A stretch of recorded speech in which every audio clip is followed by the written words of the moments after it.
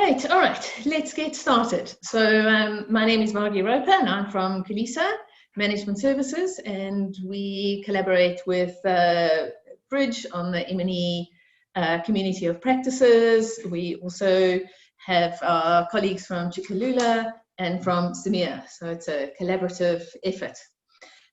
Really nice to have you all join us today. We are looking forward to our fourth monitoring and evaluation community of practice for the year. Just a reminder, as we're coming to the end of the year, looking back around the various topics and things that we have discussed in the previous three Bridge M&E community of practices. The first one in March was really looking at the problems and challenges that we face in monitoring and evaluation, particularly in the education sector, as this is a cross-cutting community of practice. And in there was a presentation around the challenges of data collection and a number of sort of key lessons and learnings and practices that people could share and develop in terms of trying to strengthen their monitoring and evaluation systems. We also looked at the terminology of dosage. What is quite interesting is at that stage in March, it was just at the start of our COVID-19 pandemic and experience in South Africa. So it was really sort of, we were only starting to really look at and see the consequences of COVID on both our projects and program implementation, as well as our monitoring and evaluation practice. The second one in May was around looking at how we can coordinate our education responses to COVID and the role of monitoring and evaluation and the need for evidence. And this was really going into a lot more detail around how organizations were having to adapt and respond and find innovative responses to both program implementation as well as monitoring and evaluation, given COVID. And we looked at a number of emerging tools or tools that emerged at that point around understanding COVID, understanding the effects of that on our implementation and our monitoring and evaluation, and also around the understanding of implementing projects in the disruption. Our July monitoring and evaluation CoP explored psychosocial support, and we had REPSI giving a really, really interesting presentation around how to mainstream psychosocial support into our programs, also around how they approach the monitoring and evaluation of psychosocial support. And this was particularly of interest given that at this point in the pandemic, we realized, and a lot of programs and from a monitoring and evaluation point of view, the importance and the necessity of actually looking at and really understanding the psychosocial effects and implications and how we respond and how we can start measuring it. And Monica shared a number of tools and links to tools that they use. And for people that were part of that CoP last time, later on, we'd like to get a bit of feedback from everyone around what tools you have used, what tools you have adapted or brought into your programs, given the changes in that. And so now we are into our October monitoring and evaluation CoP, and we're really sort of at this point realizing that we have got, there's some long-term implications in terms of COVID, long-term disruptions in terms of our programs, and particularly when it does come to education. And we're looking at the issues of learning losses, backlogs, how can our evaluations actually adapt, what should we be measuring both now as well as in the longer term, what is this going to mean for the sustainability of our programs and around what we measure and look at in terms of our monitoring and evaluation. So we've got a really interesting program. We hope you do enjoy it as we go through. We are going to start with a presentation and questions and discussion from, there's going to be a presentation from Nompumelelo, Mohohlwane and Debra Shepard from the Department of Basic Education, really looking at learning losses and the impact on evaluation plans and practices. We'll then open it up for a bit of discussion and questions. It's fantastic to have Donna Podems from Otherwise with us today, and she is going to be facilitating an interactive discussion on how can monitoring and evaluation respond in agile ways to changing learning contexts. We're then going to reflect a little bit around our use of M&E and our tools, and we'd also really appreciate input from everyone around what the key themes and issues and elements or topics that this community of practice can explore next year in 2021. So we will be doing a meet-to-meter there, asking for responses for it. Then there'll be information sharing, and then the closing and the checkout. So we aim to finish at 12 o'clock. I know some of these times look a little bit odd. I think our COVID sense of time has really affected us, because we go from 11:30 to 12:45, then we finish at 12. So don't worry, we have got a handle on the timing of that. Just a reminder, once again, please do pose questions and comments in the chat box here. We are going to ask people to raise the hand if they would like to share, particularly from their experience and around the discussion. And particularly later when Donna is facilitating, I will be supporting her in that. So hopefully we can get it going. Just a reminder that community of practice is around coming together around a common problem and interest and challenge, around linking, sharing, dialogue, networking. I think we've all learned a lot during COVID in terms of how we can engage and communicate using these electronic platforms. And I think it raises some interesting questions for us around an online platform as a community of practice. So on this note, I am going to ask Mpumi and Debra to please do start their presentation and engagement around learning losses, impact on evaluation plans and practices. So over to you, Debra, I think it is. Yes, thanks, Margie. I'm going to be presenting the first half, and then Mpumi will be taking over with the remainder of the presentation. So what I'm going to show you today is, or at least for the section that I'll be presenting, is some findings that we came across when we analyzed the recently collected NIDS CRAM data. So I'm going to take you a little bit through the background to this data, and then show you some of the findings that have emerged from this data regarding attendance and learning loss. Something that was added to the latest round of the NIDS and is being repeated in other rounds is adult perceptions on school return, especially during a pandemic. And then Mpumi will be taking you through some sort of other data set findings on school readiness, infections and protection, and then she will also talk a bit about M&E resources, challenges and lessons that we can learn. Okay, so just a background to the data. It emerges out of a larger panel data set which has been collected since 2008. And this is the National Income Dynamics Study. And this data set has been extremely informative and very useful to economists in particular, but also other social scientists. And there have been over 100 academic articles emerging from this NIDS data. So using the NIDS Wave 5, which is the most recent of the NIDS data, which was collected in 2017, the idea was to then create a NIDS CRAM data set. So this is a rapid sort of response data to the emerging pandemic and the social and economic consequences thereof. So around 17,500 individuals were randomly selected from the NIDS data, and about 7,000 of these individuals responded to the initial survey, which was conducted in May and June.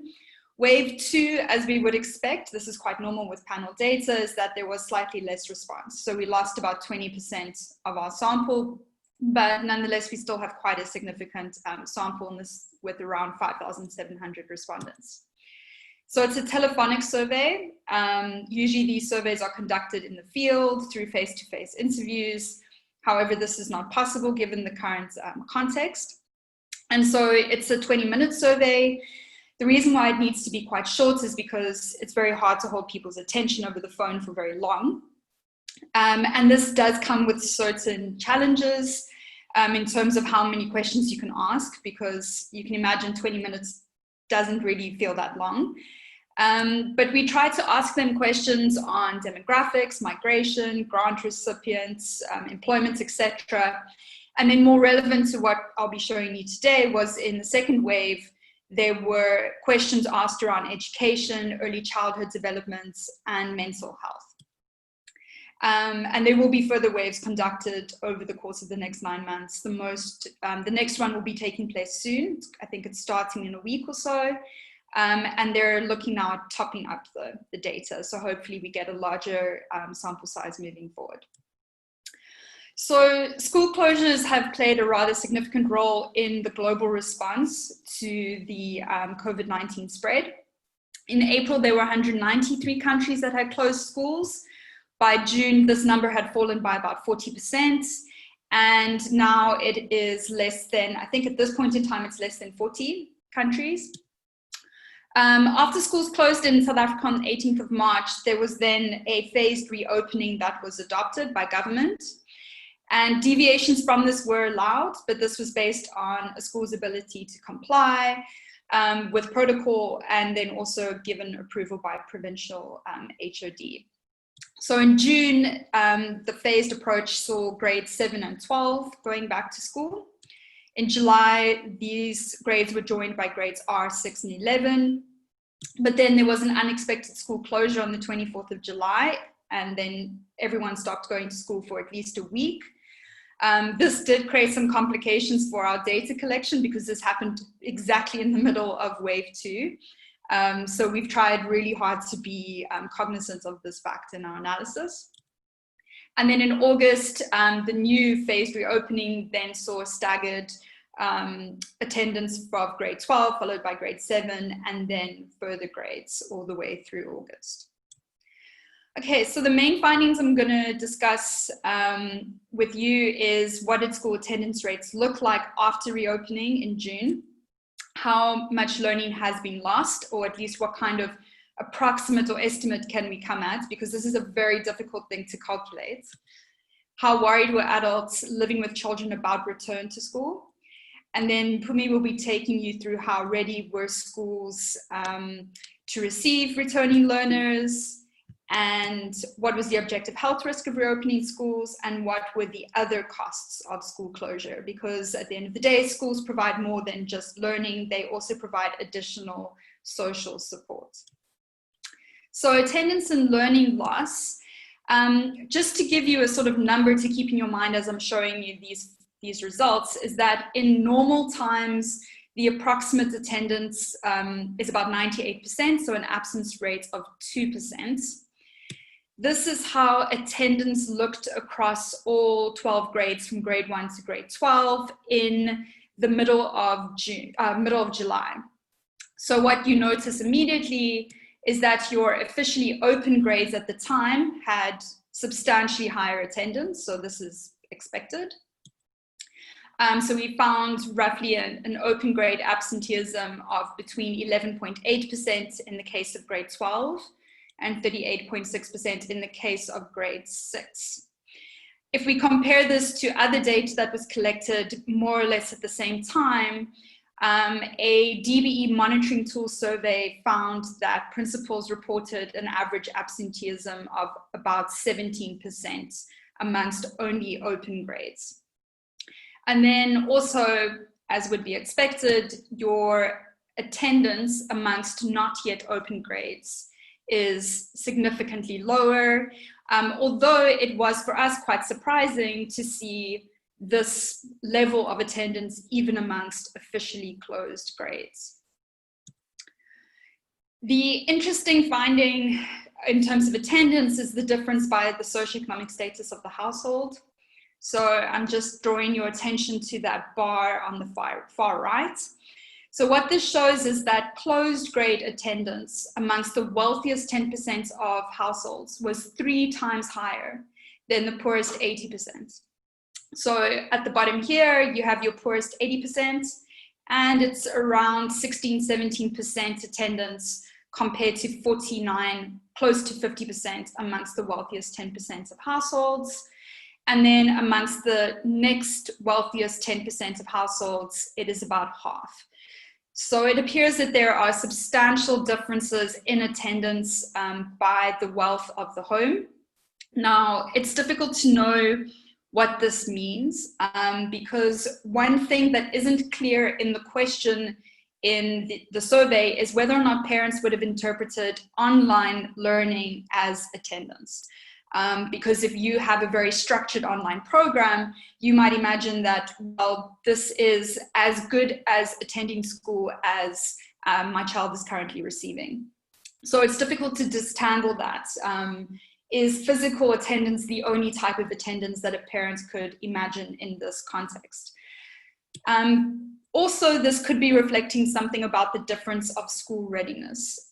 So we can't quite unpack, is this a difference in household choice, or is this a difference in school readiness to receive learners? Because if we remember, it was possible for schools to reopen based on certain prerequisites. In terms of learning lost, so we're drawing here from some analysis that was done by some colleagues at the DBE. And what we have in this table is you can see the number of days lost per grade. So the smallest number of days lost were for grade 12, the largest number of days lost for other grades that had not returned before the new rephasing in August. And the sort of estimate of a day lost, one day lost at school doesn't necessarily mean 1 day of lost learning. In actual fact, a sort of better estimate is 1 day of lost time at school is equivalent to 1.25 days. And that's because the number of days in a school year, it doesn't necessarily equate to, the full year of days. So using this multiple of 1.25, we would argue that, and this would be a lower bound estimate on days lost, that grade 12 have lost roughly 21% of days for 2020, whereas grades 5 and 8 have lost more than 50%. And I say that this is a lower bound because we still have to take into account that this does not figure in our timetabling, the rotational timetabling that is now in place, in which learners are only going to school every second day. And so the days of lost learning may be significantly larger. Okay, then perceptions on school return. We wanted to include this question in the survey because we understand that the reopening of schools is not just a scientific or technocratic one, it's also an emotional one.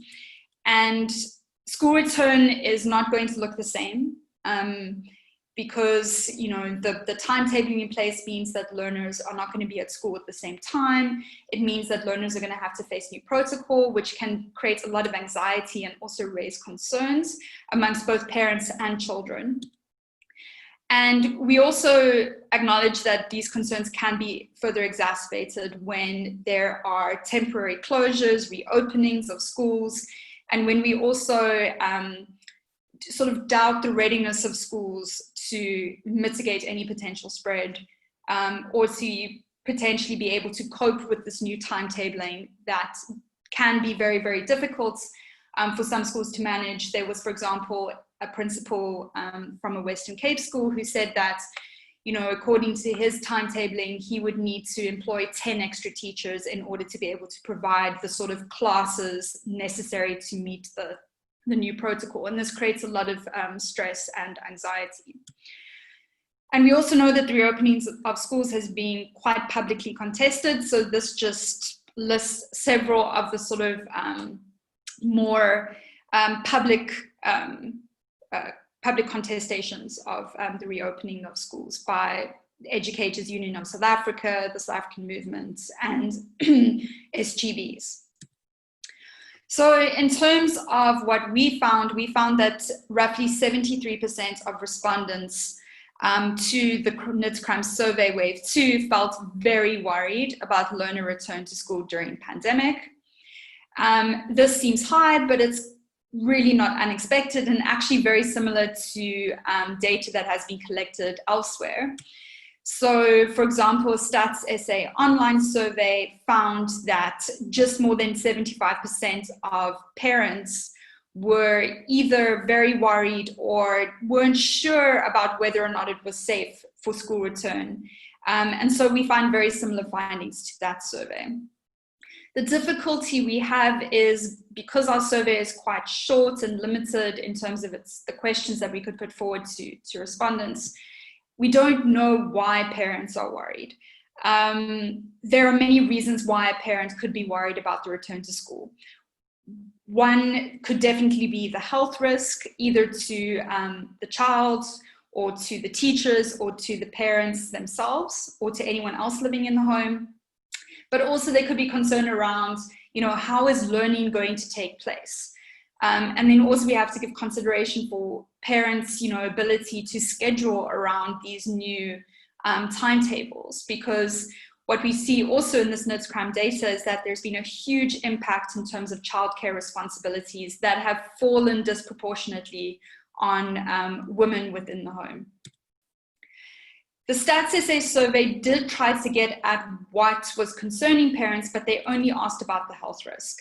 And what they found is that parents were very concerned about the health of most stakeholders within the school system, so the learners themselves, the teachers, parents, others in society, etc.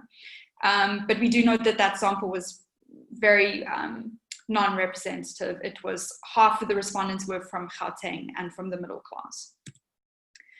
The one thing that is very interesting to note is that even though parents express high levels of worry, attendance amongst open grades did not differ by level of concern. So amongst households with children who could go to school because their grades were officially open, whether or not the parents or adult responded that they were not worried, a little worried, or very worried, attendance was exactly the same. And so what we take away from this is that parents can be both concerned for child return and send their children to school, because these are two concerns that a parent needs to now weigh up. The parent needs to weigh up, there's this anxiety around sending a child to school during a pandemic, but there's also anxiety around what is being lost in terms of school attendance and learning loss. And these two things are not opposed to each other. These two things coexist because these are two things that really, really concern parents. Also, some interesting differences in attendance. We found that households where all children had attended school in the week prior to the interview showed less concern, so that's the 64.7% here, than households where only one child, or let's say very little attendance amongst children, had taken place in the home.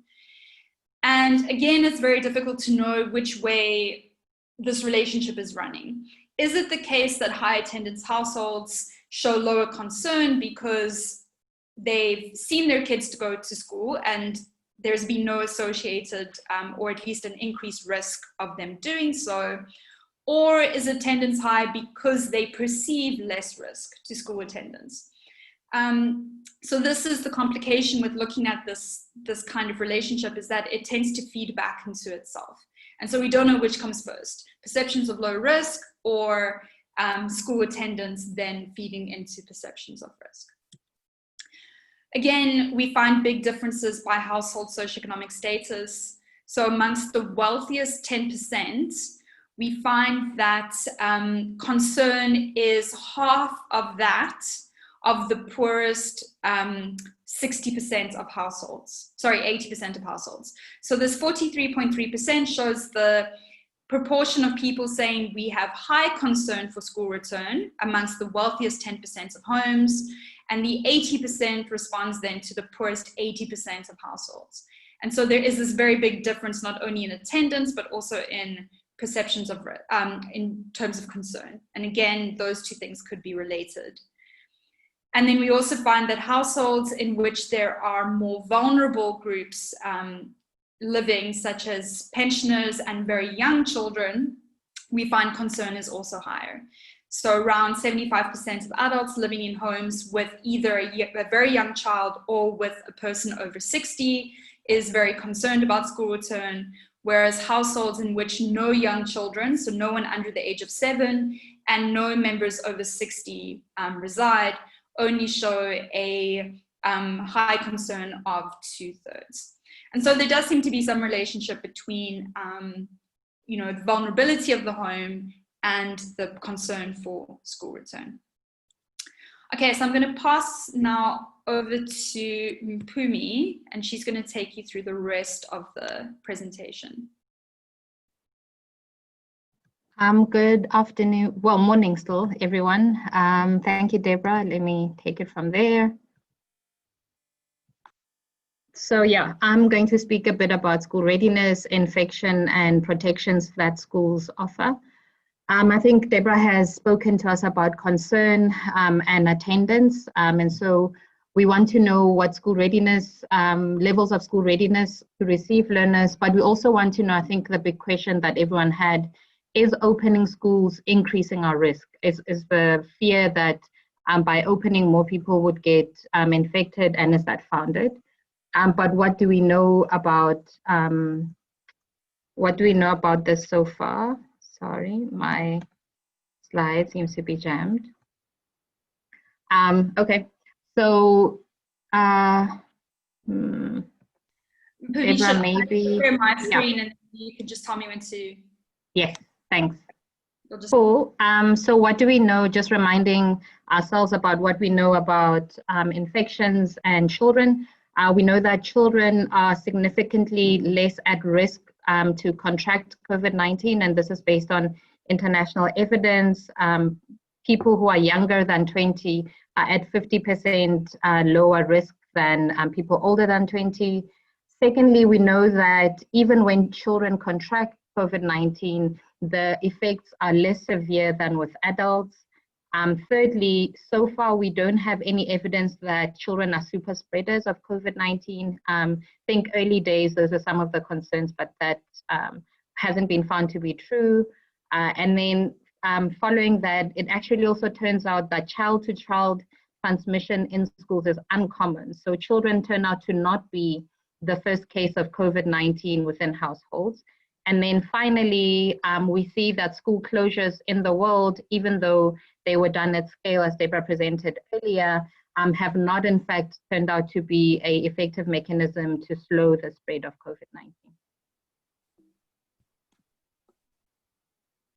And so we want to then think about levels of school readiness and understanding what happened in schools, how ready were schools. And so we are supposed to be, Debra, go to the next one, and supposed to see a slide here. Okay, that slide didn't work out. It gives you, it's supposed to be an index of yes/no questions that schools were asked. So 54 questions in a sample of 600 schools. And they were asked about how ready they were to. I'm going to show you it's a separate presentation. Okay. I think it's a very useful slide for everyone to see. There we go. That one, yeah, there we go. Okay, so we basically asked 54 questions to schools, yes/no questions in 600 schools. And the purpose of that was to try and establish readiness as reported by school principals. And this was done twice. So we compared results from May and June. And what we saw in June was the biggest improvement was in curriculum readiness and orientations to school protocols. But what you'll notice here, and I saw someone in the chat earlier asked about psychosocial support, is that psychosocial support is relatively low compared to other levels of readiness. But I also think worth mentioning here is when we speak about curriculum, this is just an awareness of the trimmed curriculum rather than deep understanding of how teachers are going to cut the curriculum when teaching moving forward. Cool, then that was sort of background questions, but as I mentioned earlier, the big thing we're trying to find out is, does the science hold? Does international evidence in our schools hold in the same ways? And what we saw is, after a month of reopening, less than 4% of schools in South Africa were closed and reopened because of COVID-19 related issues. And we also had relatively low teacher infections, so less than 1% of school teachers with a confirmed infection. And this is from, those two stats are from provincial reports across all schools. And then just even based on the survey that I spoke about earlier by school principals in these 600 odd schools, there were about 5% of schools sampled that had any case of COVID-19. And even amongst those schools, more often it was a single case. And then finally, we saw that the evidence around children being less susceptible coming true, even amongst national department reports and provincial reports, we saw more teacher infections than learner infections. Then I think finally on schools, infections and protections, it's reminding ourselves that schools don't only offer education, they offer food. And what you're seeing here is the number of children that received a meal at school according to the NIDS Crime survey. And normally more than 80% of children are receiving a meal daily through the school nutrition program. And that's about 9.7 million children that receive a meal every day. And what you see here is that during July and August, only 25% of children were able to receive a meal from schools. And so we think that this contributed to child hunger and national hunger in general. And in other reports that are based on hunger, you see the same kinds of trends. We are hoping that this has changed. In fact, we have seen reports from later in August that show that this increased to about 60%. And the expectation is that this is now, it should be at previous levels, so maybe 80% now, because all grades are open and the main hindrance to getting meals had seemed to be access to school or transport or fear of parents letting children travel on their own to get a meal. And yeah, so we move towards our conclusion. And a reminder of our findings and what we would want as the takeaway.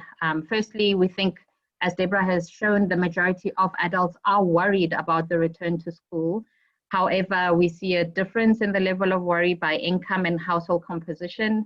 And we also think it's important to realize that worry didn't affect school attendance patterns. So worry does not automatically mean that parents want schools to be closed.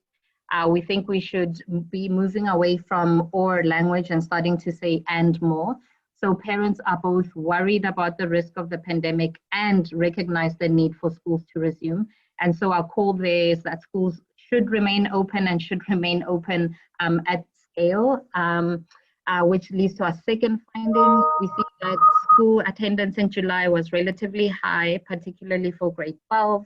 And we also saw that attendance among not yet open grades differed by socioeconomic status. And I think here again, it underpins the idea that if we allow parents to make their own choices, it's actually those with more resources that are able to organize schooling better. And so it's important that the government pronounces on schools largely staying open publicly, public schools staying open. And then finally, we think that now that schools are open, they should remain open, and we should focus on the long-term recovery of the curriculum, as well as try and optimize rotational timetabling. We recognize in some cases children are only going to school actually every second or third day, and that may lead to further lost teaching time if we think of the learning loss that Debra had spoken about earlier. Then at this stage, I think we'll transition to sort of the M&E resources, challenges, and lessons. Yep, and firstly, maybe challenges and lessons from us, and we can discuss this a bit afterwards.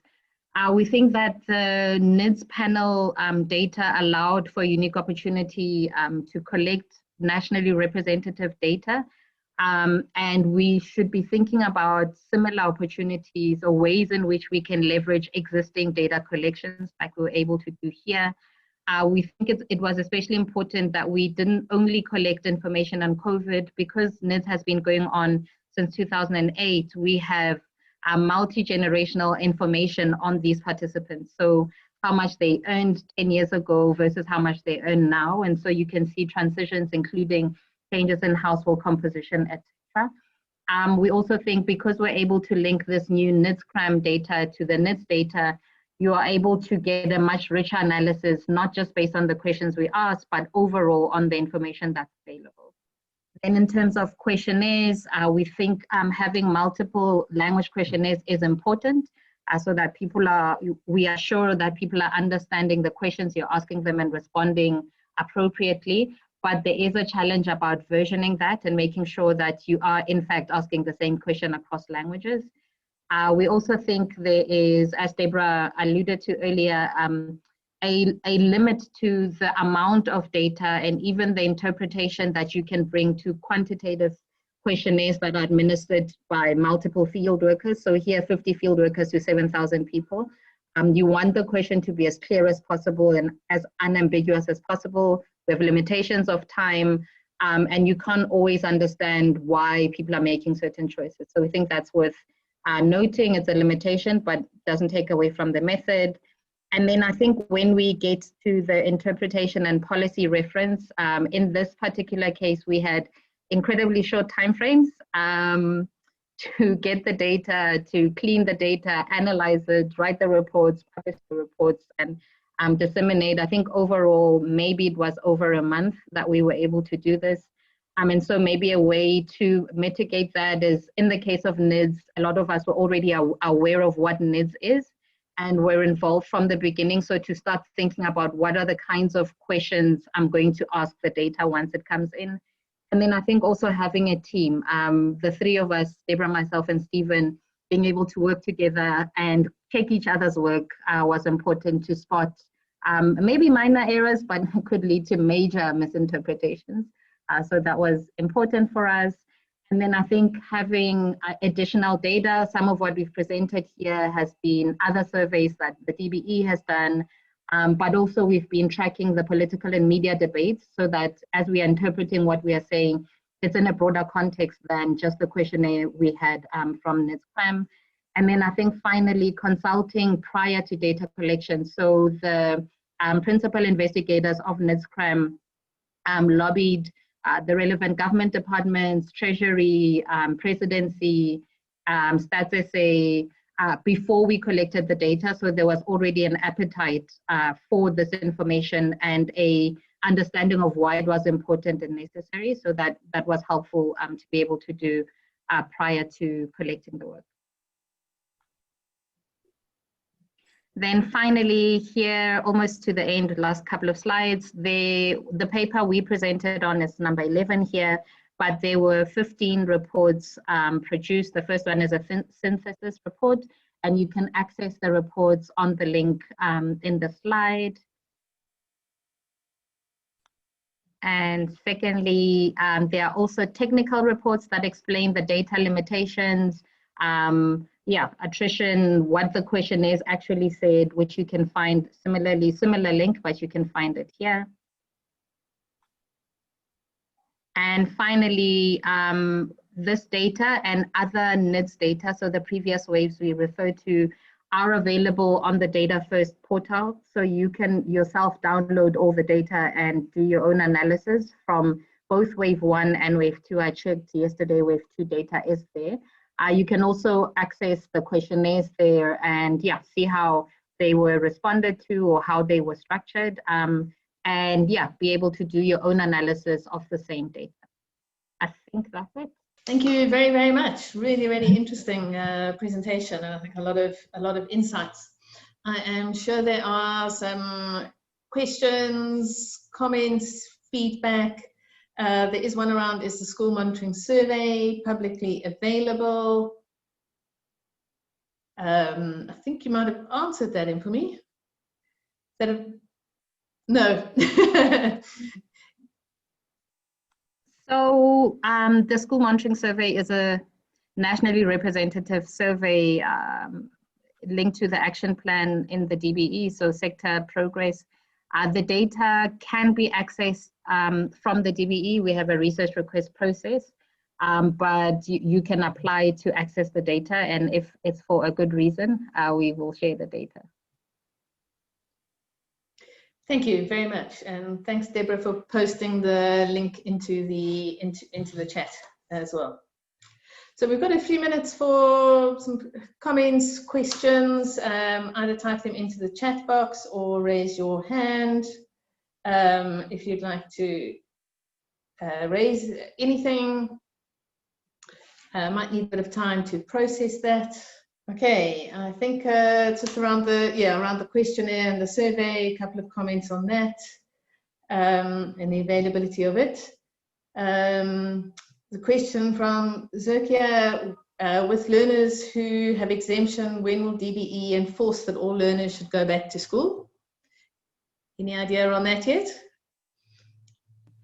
I think that's a difficult question. I imagine it would be, we would have to get past the second wave or the potential second wave. I think it would be based on advice in general on the country's approach to COVID-19 rather than just a DBE independent decision.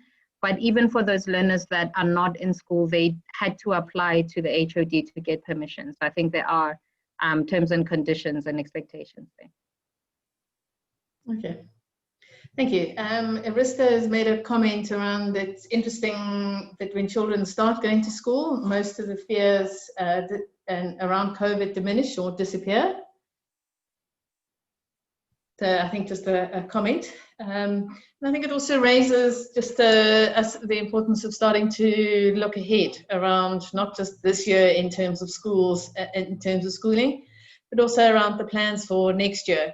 In terms of both schools going back, in terms of procedures and protocols that are likely to be in place and need to be in place, and also around how schools can then adapt and manage going forward in terms of ensuring that teaching days are not lost, but also around recovery plans. There's one more just comment that has come through here that I want to share, and then we'll move on to Donna. It's from Tang. The number of institutions conducted school readiness surveys during this time and have been part of discussions in informing decisions to reopen schools. How wide was the survey shared, and did it contribute to decisions made about opening schools? So there've been several, as the comment says, there've been several monitoring efforts by unions, by school principals, by parliamentary monitoring, etc. And yes, it has been part of the discussion on deciding to open or not reopen, and often cited in statements, maybe not in detail, but in all the court cases, there was a need for the DBE and MECs to show the evidence and the consultations that have happened, including school readiness. So if you are looking for the details of which exact surveys, etc., I'd say the court cases are a good place to find those. Great, thank you. Melissa, you did post something earlier on in the chat during the presentation. I'm wondering if you would actually like to just speak to it and around the DBE workbook in schools. Yeah, I think what was on my mind there, I was just listening to some presentations on backlogs and learning losses. And various research has been done specifically in relation to literacy and to maths learning. And the point there was really that there are very different impacts of learning losses and backlogs at different school phases. So in ECD or in foundation phase or in primary school or in high school. If one drills down more deeply, it's just that there are different implications around learning losses, and the concerns of those presentations that were being shared was the foundational learning that needs to be in place, in particular for maths and language, and the kind of effective learning losses there. So it was more a kind of qualitative discussion around learning losses than a kind of analysis of data. So I was just putting that in there as something to kind of, for us to think about as well. Great, thank you. If I can comment on that, there's also been, we didn't present any ECD information, but there is an ECD report that you can access as well. And things are, in terms of even returning to centers, are much worse in ECD centers. I think it's only 25% of ECD centers had reopened. And that's level similar to the early 2000s. So yeah, the effect of learning loss on ECD is going to be much higher than what we've presented. Great. There's another comment from Eleanor. I'll come to that in a moment, which is around, access to the data collection instrument. And Benita Williams had also raised this, and around thinking about the value of collecting comparative data with some of the schools working in a particular project, and availability of being able to, of the instrument to be able to do that. And for me, I don't know if you want to respond to that. Sure. So I think we've been in communication with Benita from our section over the next while, and shared what we can share in terms of instruments for monitoring or processes that we are aware of. I think the complexity with the school principal tool is probably keeping that tool fairly closed in order to get a good sense of what we are monitoring, rather than to have, there may be some access issues on the school tool that is being used in the 600 sample that I referred to, but all the NITS-CRAM questionnaires are available on the Data First site if you want to use those and replicate those. I don't think there would be an issue with that. Okay, great. Just we do need to move ahead, and I'm going to ask Donna to take us through discussion and help get our facilitate and get our discussion going. There are a couple of other questions and comments that we will come back to a little bit later. So Donna, if I could hand over to you. Good morning, everyone. Thank you for inviting me here to your session. I was asked to prepare a under 2-minute slide presentation to help facilitate a discussion on looking at evaluation in times of chaos. So I felt like I was preparing a tweet. And let's move ahead. And I would also want to apologize ahead of time. I am quite sick. So I might actually be jumping off a little bit early and asking Margie and Benita to continue the facilitation. I'm going to share my screen with you now. Margie, just let me know if it doesn't work.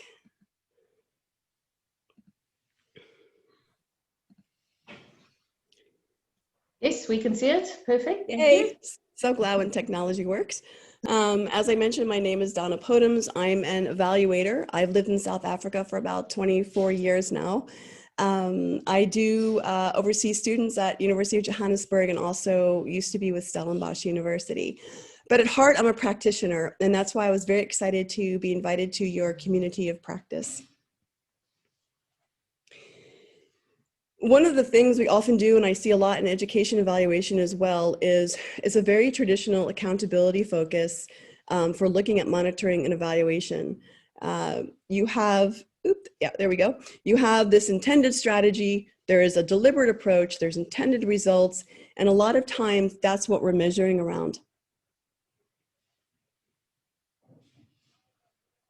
But I think things have shifted a bit for most of us in terms of what COVID has brought to our lives, both personally and professionally. So as evaluators, I think we traditionally looked at something that looked like this. We had a plan, there were some inputs, there were some activities, were brought in as evaluators to look at this, is everything going according to plan?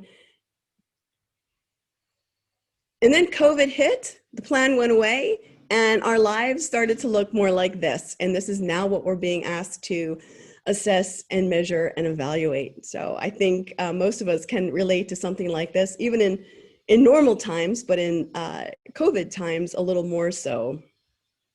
So what I'm trying to say as an evaluator is to perhaps consider moving away from traditional ways of thinking. We are not in a traditional time. We are in a time of change, of chaos. It's a perfect time for innovation. Should we really be basing our measures of success on fidelity questions and questions that were set before COVID hit? Are these questions still relevant? Are they feasible to answer? Are they appropriate? Should the education sector rather be thinking of a more useful way to engage with what COVID has thrown at us? Not just challenges in implementation, but innovation and implementation. Not just challenges in measurement, but a space to be thoughtful, creative, and responsive to real life. What I'd like to briefly introduce you to today, and I'll leave your community of practice with some websites and some book references for it, but I'd like to introduce you to an approach, which you may already know, called developmental evaluation. This approach focuses on situational sensitivity, responsiveness, and adaptation. Sounds perfect for us. It is an approach to evaluation especially appropriate for situations of high uncertainty, where what may and does emerge is relatively unpredictable and or uncontrollable, just like the COVID context. Development evaluation tracks and attempts to make sense of what emerges under conditions of complexity. It helps us to document and interpret the dynamics, interactions, and interdependencies that occur as the intervention unfolds. So that was a super fast Twitter lecture on what developmental evaluation is. So what I'd like to do now is shift my academic hat into my practical one and leave you with 3 ideas to consider in our discussion today. When we look at a traditional kind of evaluation, and you're looking here on the left, we're talking about accountability to control and locate essentially a blame for failure or success. But with developmental evaluation, so I move my screen here. With developmental evaluation, it's about being an evaluator who's learning to respond to that lack of control and staying in touch with what's unfolding. It's an evaluator who's consistently thinking about, how do I respond to this strategically?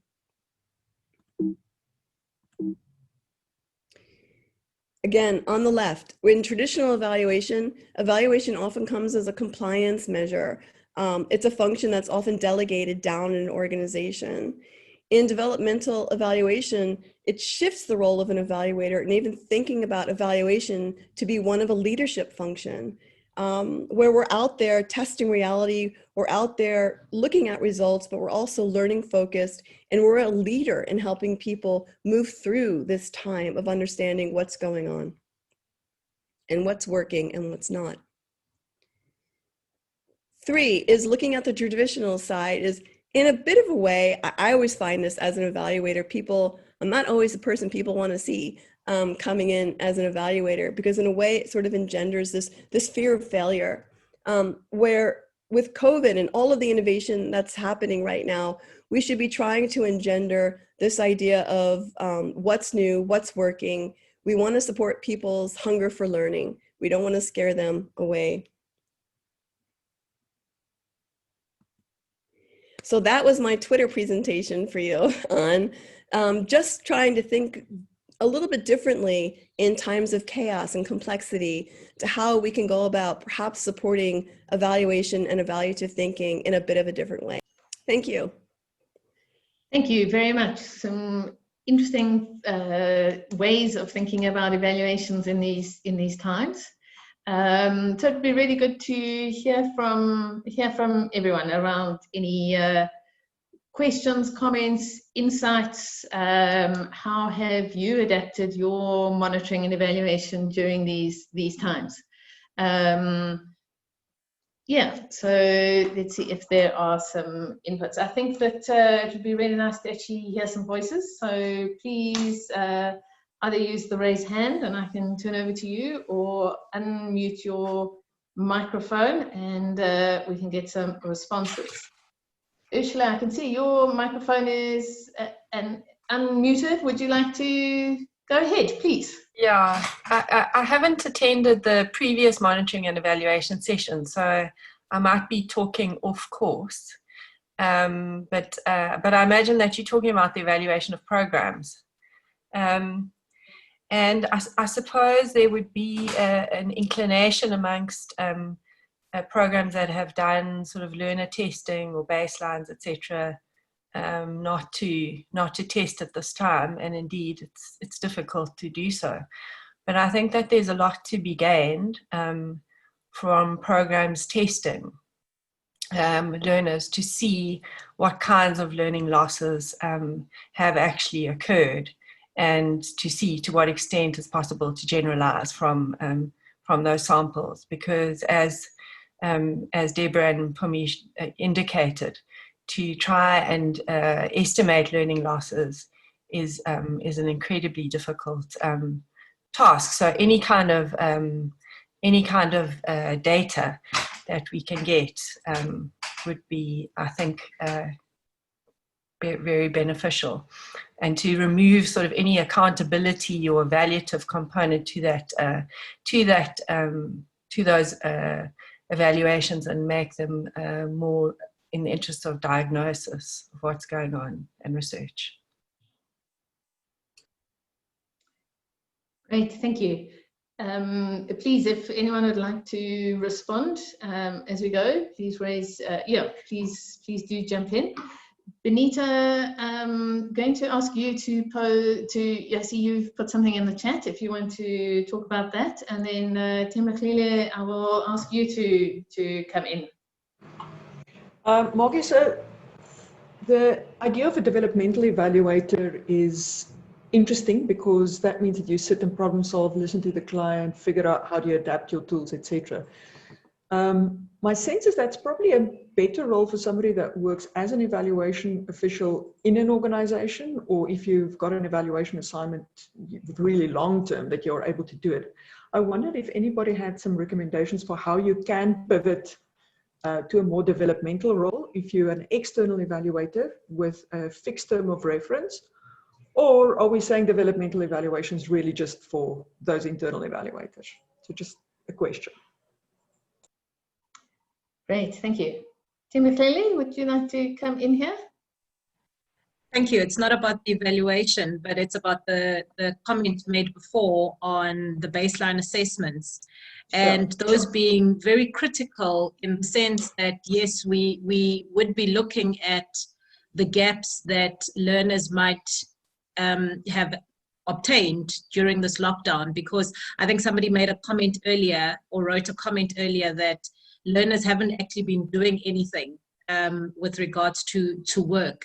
So those baseline assessments are so critical, especially in the education, in the curriculum space, because it would, one, for the teacher being able to look at what gaps are my learners or have my learners got, and then two, also being able to then have the professional conversations with either the grade coming up to say, this is where I got up to with looking at the trimmed curriculum, but this is what I've been able to do, and this is what I haven't been able to do, so that planning for the next year then starts on a footing where everybody knows what is happening. But also those baseline assessments, I think, give teachers the professional judgment to be able to say, yes, the trimmed curriculum is there, but this is where my class is at, because our learners are all at different phases and different places, especially with this COVID. So having that professional judgment from an educator to say, I'm taking ownership of my classroom, and not just it being a compliance issue to say, I've done the trimmed curriculum and it's done. So I'm the baseline assessments, I really think we should have had a look at it in a deeper sense before we go back to 2021. Thank you. Thank you very much. Mark, if I can. Sure. I can just jump in. Yeah, no, thank you everyone for those thoughts. One of the interesting things I think about developmental evaluation is it's a shift in thinking, right? It's a paradigm shift. And it's what people often confuse in evaluation, or what happens is people think it's an either or decision, and it's not. You can still have, this very good focus on baselines and learners and who's dropped out. I'm not saying that's not important, but what that's not capturing is all of the innovation that's taking place that might be the reason why learners are still learning, or why learners are not learning, or why parents are more involved. So all of this innovation that's happening in the education sector, who's capturing that, and who's understanding the influence of that innovation on learner results? So my suggestion really is to sort of consider, just for 15 minutes or half an hour, what if I wasn't focused on learner outcomes and I had to go into a community right now to understand what was going on? How would I do that? What would I engage with? So sort of just moving outside that traditional thinking, that traditional box, and considering developmental evaluation, and then figuring out perhaps a way to put them together. I'm not saying that someone raised, Benita, I think, raised the idea of internal versus external evaluator. As external evaluators, we're given a terms of reference, and if we don't write what we're supposed to, we don't get the work. But I do think for those of you who are able to hire external evaluators, to just give DE a thought as something that might add tremendous value right now to all of the innovation that's taking place in South Africa, because it's amazing. And who's capturing and understanding that? Developmental evaluation is an approach that will help with that learning, but it's not in place of what you're traditionally doing. Thank you. I think it would be nice to hear about some of the learning and try and capture it in this community of practice as well. Yes, Melissa, and anyone who's specifically got a question or comment for Donna before, if she does need to leave, please will you also just jump in here, and then I can come to some of the other hands. Melissa. I want to respond to what Donna's just said, and also pick up to the point made in the chat about funders, because I think that there is a lot of innovation going on, which is being shared. And I think that it's very important to think about how developmental evaluation can actually capture and track some of that. And in my experience, evaluators are quite open-minded, but funders are quite stuck to their terms of reference and their outcomes. And I suppose my question to Donna would be, is how does one bring a sort of third pillar into that whole thing? That you've got your program implementers who are actually being forced to do a whole lot of different things and changes, and especially around the home learning type of nexus, right? So things are happening on the ground because they have to. Right, and then you have evaluators who are in touch with the program people, who know what these interesting things that are going on are happening. Then you have funders who are trying to be in touch, but who also have accountability to their boards and their chairs and their budgets and all those things. What is the best way to bring these three players together so that actually there is more agility and responsiveness in what is going on around how the money is being spent and how the spending is being tracked and the return on investment is being tracked? That would be my kind of question. How do we bring these three sets of actors together in a way that actually works, that the money is being properly spent and tracked, but the innovation is being captured and being supported by the funder? Sorry, I think that's a great question. I don't have one. Yeah, I don't have a magic answer. I wish I did. I think it just goes back to, if I can go a little bit broader, the field of evaluation, a lot of people identify themselves as evaluators, but we actually don't have something that certifies you or accredits you as an evaluator.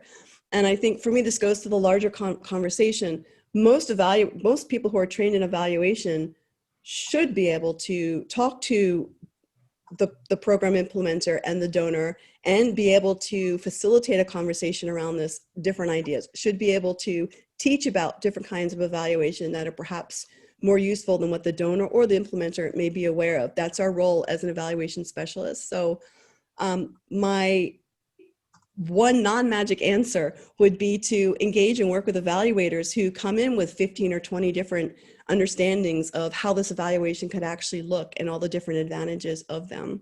It's that facilitation, teacher, education role that an evaluator needs to play. I think it's also quite interesting that it's often sort of what one's trying to do is get more of a blended approach, I think, right now in terms of evaluating in the chaos, you know, in the crisis, because one also looks back at the year and there is fidelity in things that you are measuring in terms of term one, for example, where you would still be doing according to terms of reference and what one's looking at. But then there is a very different form of implementation where, as evaluators, we have to adapt and measure different elements and the changes and the things in terms of, you know, what is the effect of the changed way of implementation on learning losses, and not only around days being lost, but also around actual content and learning. And there was a question earlier around insights and how one can measure that and around the effects of that. And now one is also looking forward around more, you know, around that developmental approach where one is looking at the learnings in terms of the implementation and what does that mean when you look back on the baselines. So I think there is that sort of blended approach, and I think a lot of both the funders and as such the programs that we are looking at, there are a lot of conversations that are focusing on that at the moment. So I think there is starting to be more of an engagement between, for example, the implementers or the policyholders and the funders as well as the evaluators. So it'd be interesting to hear more about that. But Eleanor, I know you've had your hand up for a while, so would you like to raise your question or comment? Thanks, Margie. Yes, I wanted to respond to a couple of comments from Ursula as well as from Benita.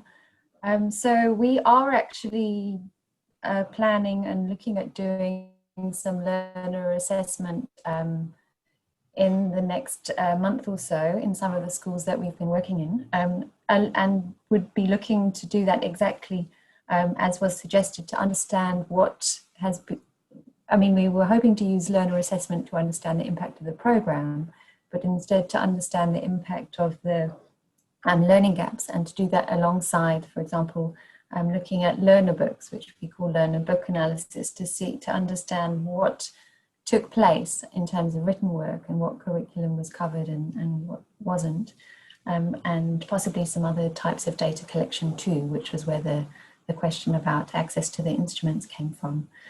And then also to respond to Benita in terms of developmental evaluation. So I'm also actually involved in what we're calling a developmental evaluation support to an initiative. We're kind of learning as we go a bit because it's our first developmental evaluation, but we're considered a M&E partner rather than an external evaluator. We've been helping them with their theory of change, and the idea is that we feed back learning to the program as they go so that they can define and develop and improve on what they're doing. It's an initiative trying to get young people skilled and into the workplace. Of course, there have been massive changes over the past year in terms of what happened there.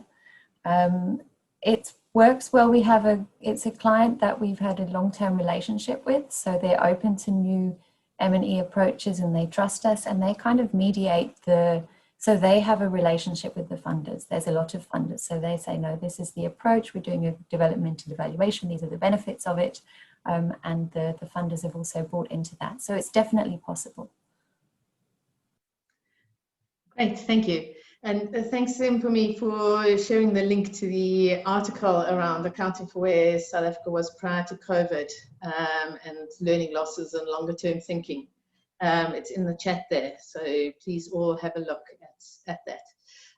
Tang, I know you've also had your, Tang Benjamin, you've had your hand up for a while, so please will you also come into the conversation? Okay, thanks, and good morning, everyone. I think it was covered a bit, but my point I wanted to make is that while we consider developmental evaluations as crucial because they actually are not too rigid to like the traditional evaluations, the challenge that we've been facing, especially in the NGO sector, is the understanding from the donor side, because they still do not buy into the approach of conducting developmental evaluations, because they take time. It's about innovation and understanding context and all that. So that is the only challenge that we have, because some of the evaluations would be donor driven, and they still have not really comprehended the idea of the developmental evaluation. So I think that's one other challenge we're facing in the NGO space.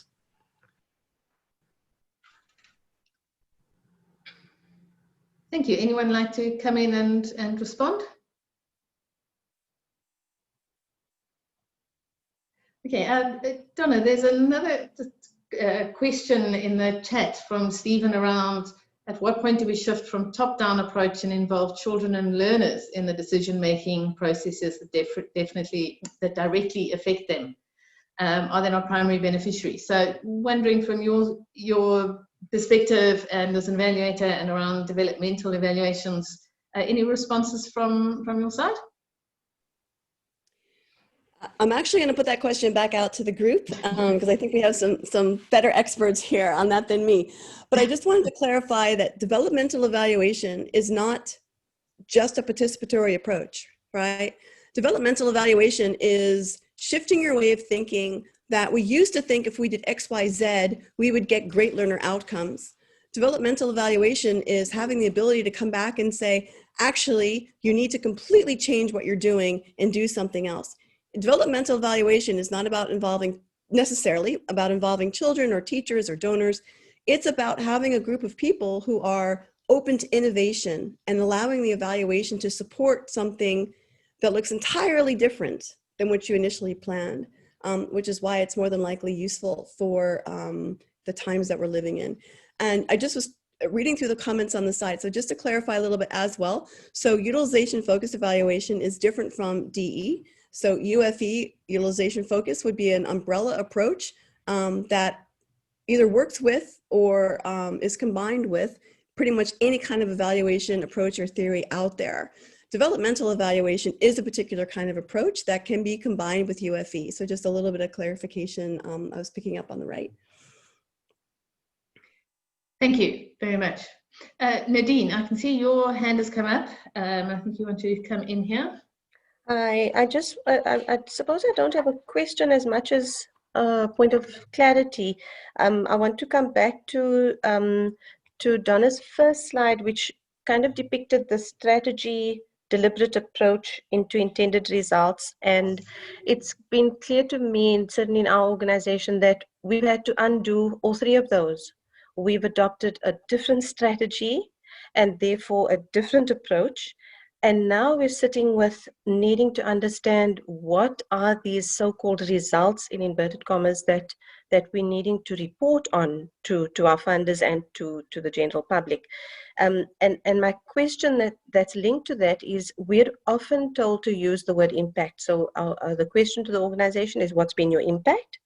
And at the moment, I'm struggling to even make sense of that, because what we've done and what we think it's impacted, yeah, it's such everything's just so, it's vague, it's slippery, and what I'm thinking, because I think we have a donor who is open to that, is, do I just find a way as an internal M&E person to tell a good story about the rationale for us having chosen to shift in the way that we have? And will that swing it? I mean, I'm not looking for a cheat option here, but I am asking is, do you as the implementer have to be clear enough in your own mind about why you've chosen to do things, why you've had to do things, and therefore to say to donors, this is as it is, and therefore hear the story that we have to offer. Yeah, so yeah, I'm keen to hear any responses from anyone, to even just help me to clarify my own thoughts a little bit, if that's at all helpful. Thanks. Great, thank you. I'd like to open it up to other evaluators, and Donna? Yep, I'll jump off, and then thank you, Nadine, for sharing that. One of the things that we need to remember about evaluation is it's not our personal opinion. So I agree with everything you were saying. It's about being transparent with evidence of why you've made the decision that you've made. I mean, your donor can come back and disagree with you, and that's not good because they give you the money. But when you go to them with your new idea or your different idea, you need to be able to have evidence that shows or demonstrates why you did what you did. I think, which is why I really enjoyed listening to what you were saying, because yes, you should be going with a narrative or a story that is backed up by evidence, but you know, we're all human beings. So your donor might come back and say, well, we still disagree with you, but you'll certainly be on a stronger platform if you have that explicit evidence, and to think about what kind of evidence they consider credible. You know, if they're the kind of donor that enjoys their qualitative information, make sure you've got credible qualitative data. If they like those numbers and those statistics, make sure you have that kind of data. So it comes down to more just presenting a credible story. That story is credible because of the kind of data you present that the donor will believe in. Yeah. So thank you for sharing that. Great, thank you very much, Donna, and thank you for getting the discussion going and the presentation and the input. We do really value your contribution to this COP. Thank you. I think the other thing around it is really being clear around what is the criteria on which one is making the decision and on which the evidence is based. Often being transparent on that can also really help in terms of donors understanding or agreeing or going through a conversation with them around what is that credible evidence. And it also raises the question around, I think, our indicators, which have been quite sort of traditional in many ways, that those have also shifted and changed. And that I think we're all exploring and really trying to brainstorm and come together around what would be the indicators that we would be tracking and measuring in terms of our programs at all different levels, from the activities to the impact and the outcomes and the longer term ones. What will we be tracking? What do we need to track now in order to measure over time and measure next year even, and towards the end of next year? So I think there are a number of really important questions, and we don't have the answers at the moment. But I think it is also important around collecting the, having the discussions now, having the dialogue now, to be able to start thinking about that. And what does it mean for evaluations being more agile and responsive to what we do? And then how do we engage with the donors? There are a couple more comments here. Benita shared something about engaging children and some hot tips on there. Benita, I don't know if you want to talk about it, just sort of raise it into here. So I think Stephen asked, at what point do we shift from a top-down approach and involve children and learners? It's very interesting. Just this week on the AA365 blog, which is a wonderful resource if you don't know about it, they actually have a whole series about how do you involve children in international and cross-cultural evaluations. So they've got like 5 tips there. Try to walk the equity talk. You do not need to work on a child program to involve children. The third one was, when you do evaluations with children, please just follow the guidelines. There are really strong guidelines about how you should be going about with dealing with kids. And if you've never worked with kids much, just don't go and do it for your first assignment. Figure out who has actually had an opportunity to work with children, get some experience before you take the lead, because cause no harm, I think, is an important consideration when you work with kids. Thank you. Mark Abrahams, you posted a comment around donors that can be responsive, depends on the questions to be addressed. I don't know if you'd like to come in and expand a little bit more on your comment. No? Okay. From Lulekwa from DBE, why is it that it's just evaluators and donors? Where is the implementer and owner of the project? So is there something missing on it? And then, so any responses to that? Mark, I think just saying no sound, but let's try again.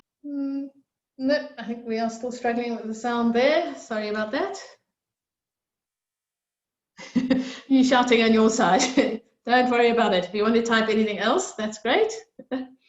And then a question that's being posed around what are the plans for schools making to catch up on learning loss in 2021?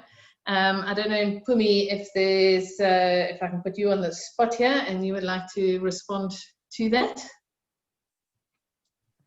So I think the plans have been shared and publicized. There's firstly the trimmed curriculum that is maybe in some ways, I think linked to what Donna is saying, in an uncertain time, a good opportunity to reflect on the curriculum. I'm sure many of you know the critique of the curriculum has been that it's packed. And so, yeah, those ATPs are now moving from, in some subjects, certain skills that maybe were taught in 1 year and making them 2-year skills, or saying, actually, they were taught in this year and re-emphasized in another year. We can take them out here and do them in the next year.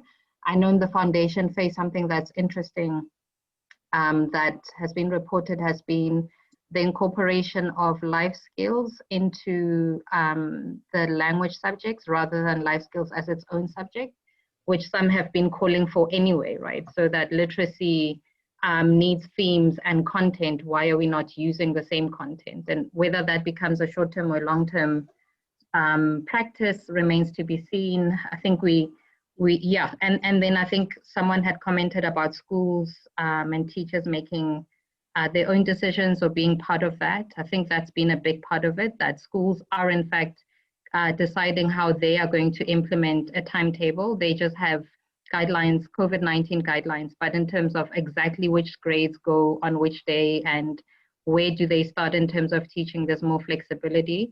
I know in the Northwest Province, in some of the projects we've been involved in, there've been baseline assessments done in grade 1, 2, and 3 per child to figure out where that child is. Some of them are maybe at where they were in term 2. Some of them have in fact are further ahead. And I think that's going to be a big gap and a challenge for teachers. We already had learners at different levels of learning within classrooms. They've now become even more differentiated with the same teachers. I think a big focus will be understanding exactly what was taught and not taught, considering all the flexibility and permutations that schools are exploring, and trying to support teachers in a long-term way to teach a very diverse classroom moving forward.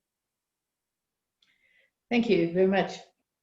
Tracy, you make an interesting point there around maths backlog space. I don't know if you'd like to come in and share it, and also if you've got any particular strategies or ideas of how to sort of take this forward in terms of addressing the backlogs. Tracy, we also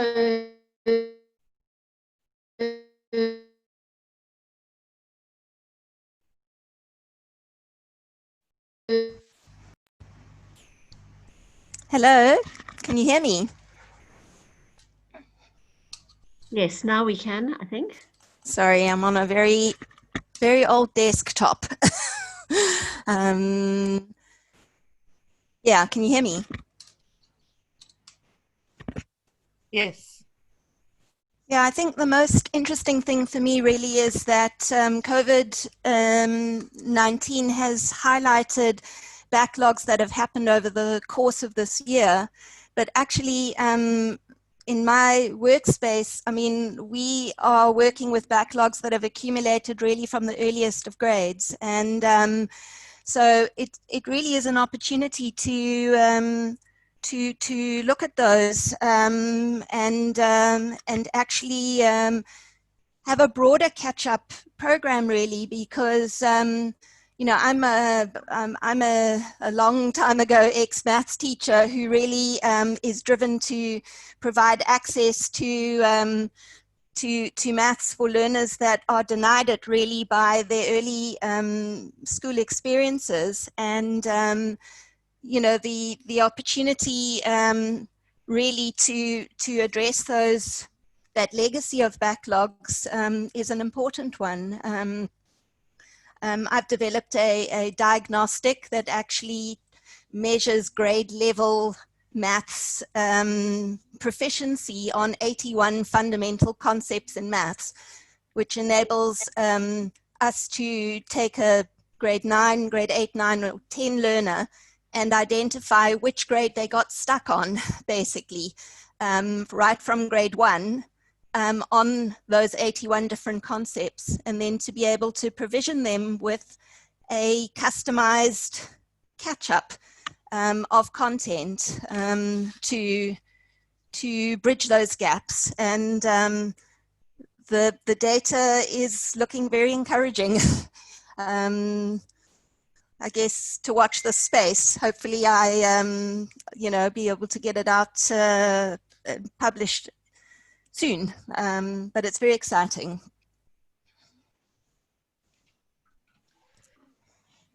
Thank you. Apologies, I dropped off completely and had to rejoin the call. Okay, we're needing to just move on. I don't know if we've actually, I know there are a couple of sort of questions that have been posted. I'm not sure we've actually really answered them, but I think it's part of an ongoing discussion and dialogue.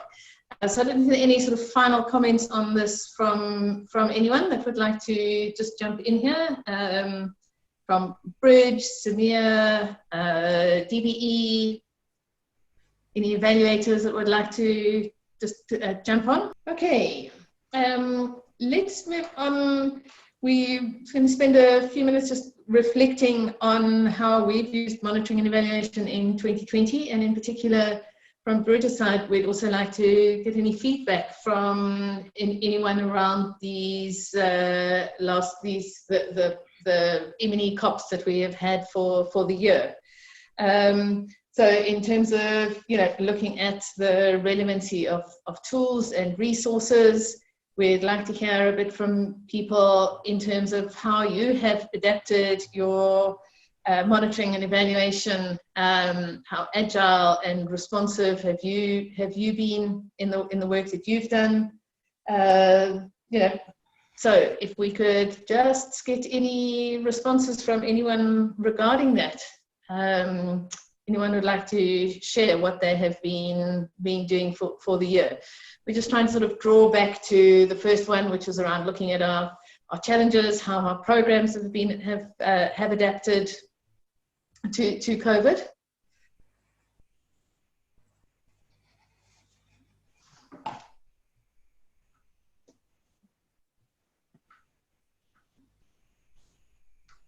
No input from anyone?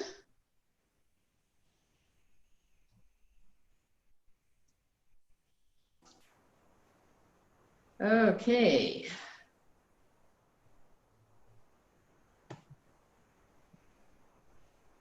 Benta, anything from your side?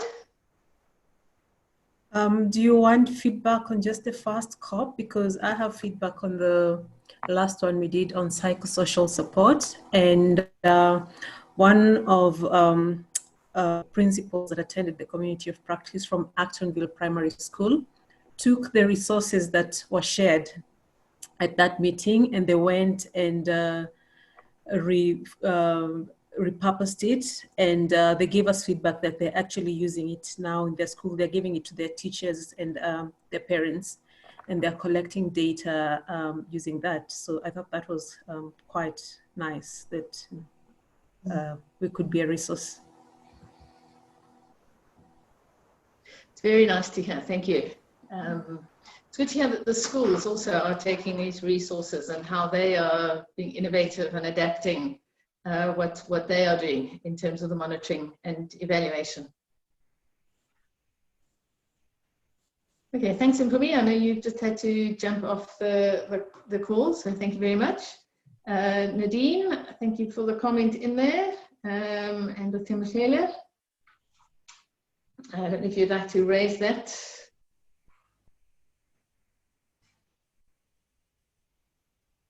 Hi, Maggie. Well, I was just really responding to the concerns around lost time and trimmed curricula, and somebody earlier asked about the number of learners who may be repeating and how, you know, those who've left school will re-enter school.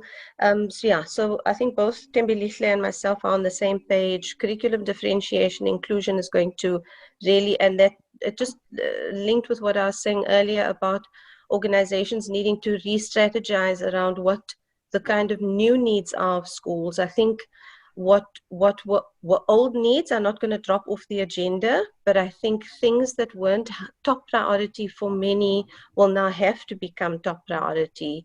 Inclusion has often, in my opinion, been seen as a bit of the stepchild of the system. We're so busy trying to just get the ordinary right that we forget about learners with barriers to learning. And at the moment, my feeling is that everyone's a learner with a barrier to learning, whether they're gifted or not, or have a special need or not. Yeah. But I just wanted you did ask, you posed a question and there was a strong silence, and I missed your question. If you can just repeat that, sorry. Well, there were two questions. The one is around, you know, we'd like to know from these monitoring and evaluation CoPs, how have individuals and organizations taken forward any of the resources and tools and evaluation ideas into their programs, and how have they adapted these during COVID? And secondly, around, you know, key issues and challenges or things that we could explore going forward in the next year. I think you've raised a couple of really interesting things around, you know, how could we then start planning for measuring and monitoring and evaluating some of the new needs of schools, I think is the one. I think the whole issue of inclusivity in schooling is another key area that also really has implications and needs to be discussed and included in our evaluations and our indicators of projects and programs and schooling.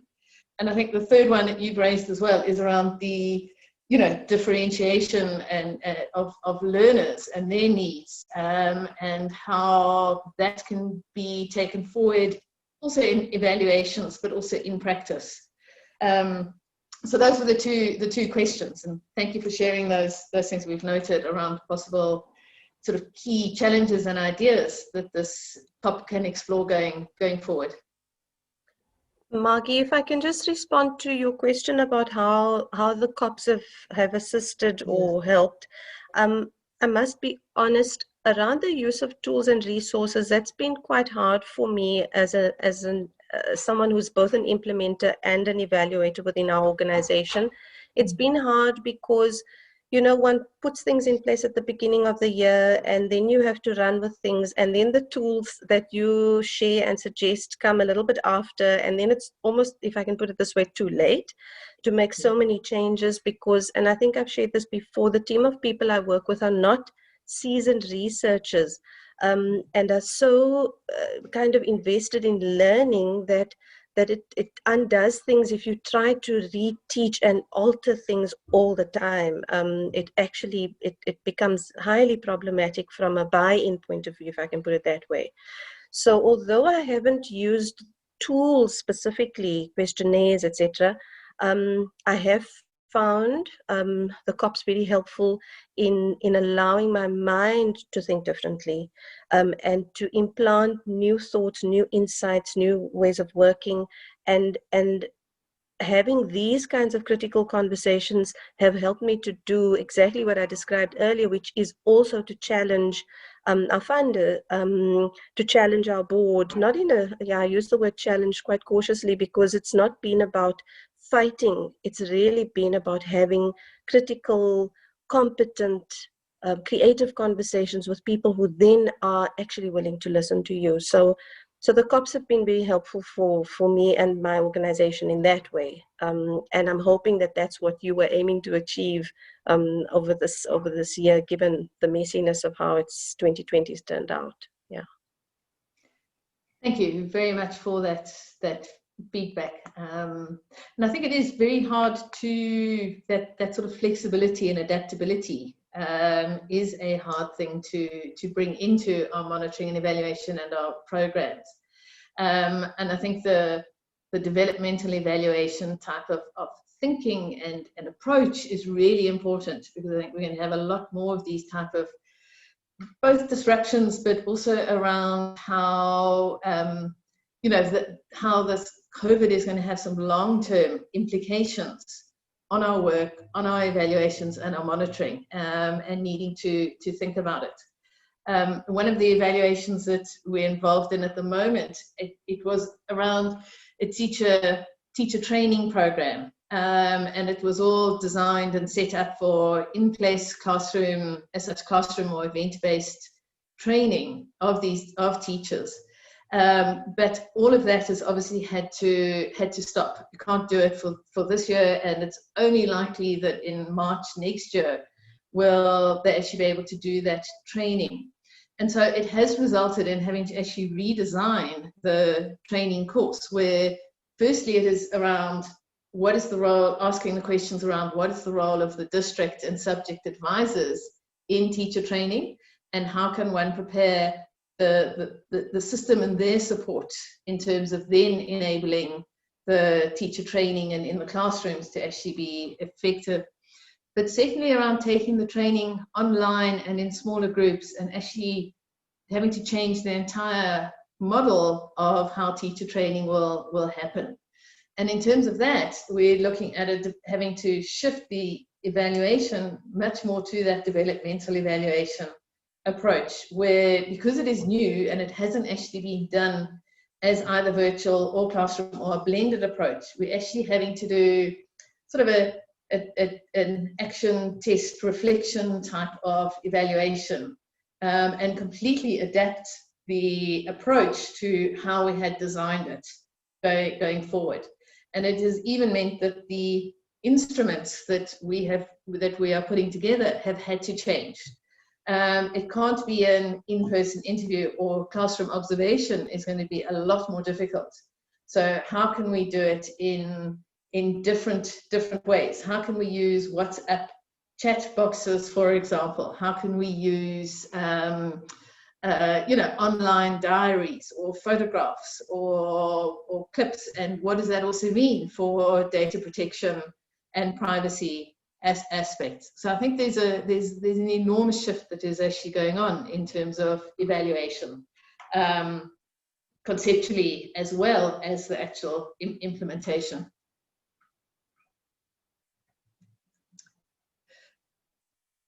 Okay, I think that on this note, I'm going to ask my Bridge colleagues to please share the Mentimeter, so that we could get some ideas in terms of themes and issues that are important to everyone in this CoP that we could explore for next year and to set up. So Benta or Craig, I'm not sure who's going to be sharing the screen. For people who are not familiar with Mentimeter, in the right hand, in the chat column, click on that link, and then you'll be able to. So it's going on to www.menti.com. Enter the code 8520248. You'll see it on the top of the screen there, and please put forward some suggestions of what is of interest to you for next year in terms of themes and issues. This will be really helpful for the team to be able to pick up on what has come out from this year, plan the series of the M&E CoPs for next year. So we'll give you a few moments to be able to respond to that. First one's come in around inclusivity in education as a theme. Thank you. More insights into developmental evaluations, and maybe we could share some particular examples and experience of people who have done or participated in developmental evaluations. Case study on developmental evaluation.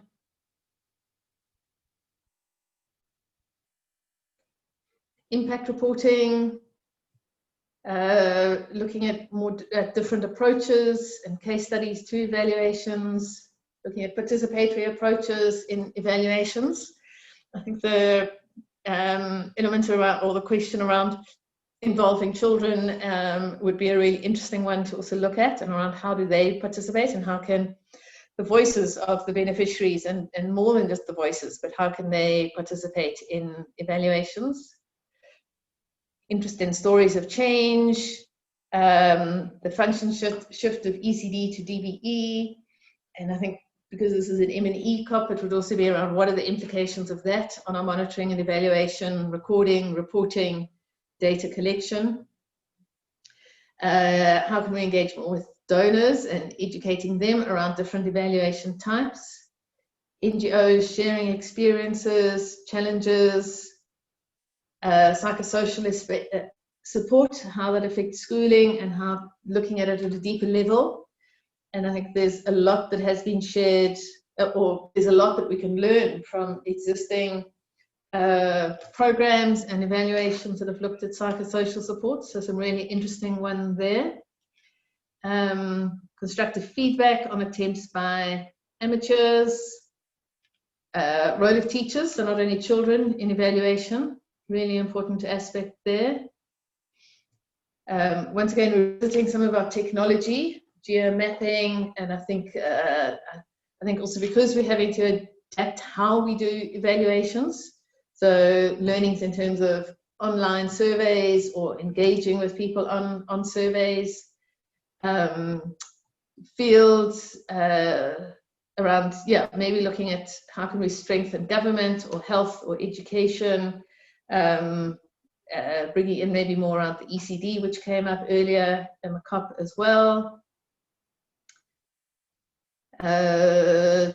Like the developmental evaluation, unbundled even further.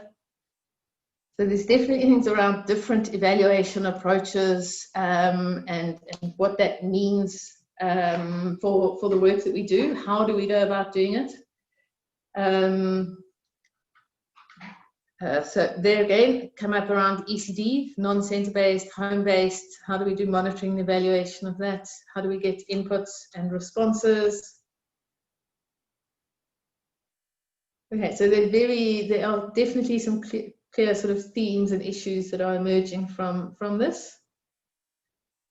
So thank you very much, everyone, for the input. Do keep sending those through.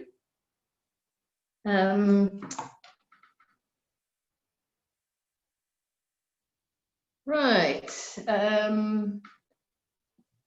This is a cross-cutting CoP from Bridge. So once again, we do have people from ECD, from school principals, from school management, from education, teachers, and people interested in evaluation, particularly. Okay, so thank you for that. We will do a little bit of an analysis on that and give some thought to it. Once again, if anyone has any particular programs or evaluations or tools that they would like to bring to the CoP and to share and present, please do reach out to Bridge or to myself on that so that we can include you in the program. That would be excellent. Okay, I am going to now hand over to Benita, who is going to share a couple of information and notices, and then we'll ask Benta. Benita.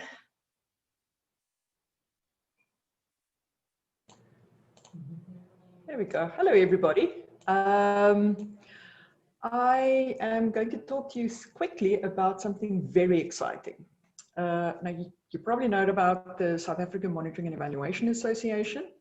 It's the home for the evaluation people, but anybody is welcome. You could be a general evaluation hanger-oner, you could be an evaluator, you can be an evaluation user. There's always interesting evaluation conversations going on. So I hope I'm sharing the right screen. Can you make it into a full slide? Oh, of course, yes. Showing the virtual capacity building workshops. There we are. Okay, so here we go. All right, so just why you want to join CEMEA is because you've got access to a lot of evaluation opportunities. There's lots of training going on. There's lots of discussion going on. And it just helps to network with other evaluators. So the very exciting thing that's coming up is, and you have to sign up by tomorrow, is a series of capacity building workshops. Now, I'm sure like me, you've received 20 invitations to all kinds of evaluation capacity building sessions, and some of them are free and some of them, you don't have a lot of information about. Why you want to join the CEMEA monitoring and evaluation capacity building sessions is, again, you will hang out with online. You can have these conversations with other evaluators that attend. It helps to create an online conversation about what is current in the South African monitoring and evaluation thinking space. But also we've got really, really world-class speakers at the conference. The sessions are, if I'm correct, about 650 Rand to sign up if you don't get one of the sponsored sessions. But you have to sign up by tomorrow, just to give you a sense of what's going on. So here is how to develop a theory of change. That's presented by Dina and Kathy from Southern Hemisphere. There is something about evaluative thinking. This is Tom Archibald and Jane Buckley. I mean, these are the people, they're the world experts on evaluative thinking, right? You're not going to get this, again, very soon, in South Africa at least. There is a great session by Michael Patton. I think Donna mentioned developmental evaluation and utilization-focused evaluation. Blue model evaluation is an approach that Michael Patton has been thinking about. Same guy. I mean, Michael Patton actually has his own hashtag on Twitter. It's OMG Michael Patton. All right. So thing is that really high profile people that will be presenting these workshops. There's spaces. You can see that there's still 30 spaces available for the Patton workshop. If you haven't signed up, sign up very quickly. Spaces do go quickly. Again, I've posted the link to the CEMEA virtual conferences in the chat. You can also see it on the presentation, which will be shared afterwards. There's a couple of other things that CEMEA is busy with. We've got a monitoring and evaluation and EduCovid TIG, which we've spoken about in one of the previous Bridge CoPs. There's a mailing list that you might want to join. There's newsletters that go out quite frequently. There's a very active Twitter feed from CEMEA if you're interested in keeping up with evaluation news. So if you haven't joined CEMEA yet, do so. If you don't have to be a member of CEMEA to join the workshops, but sign up. You will regret it if you don't.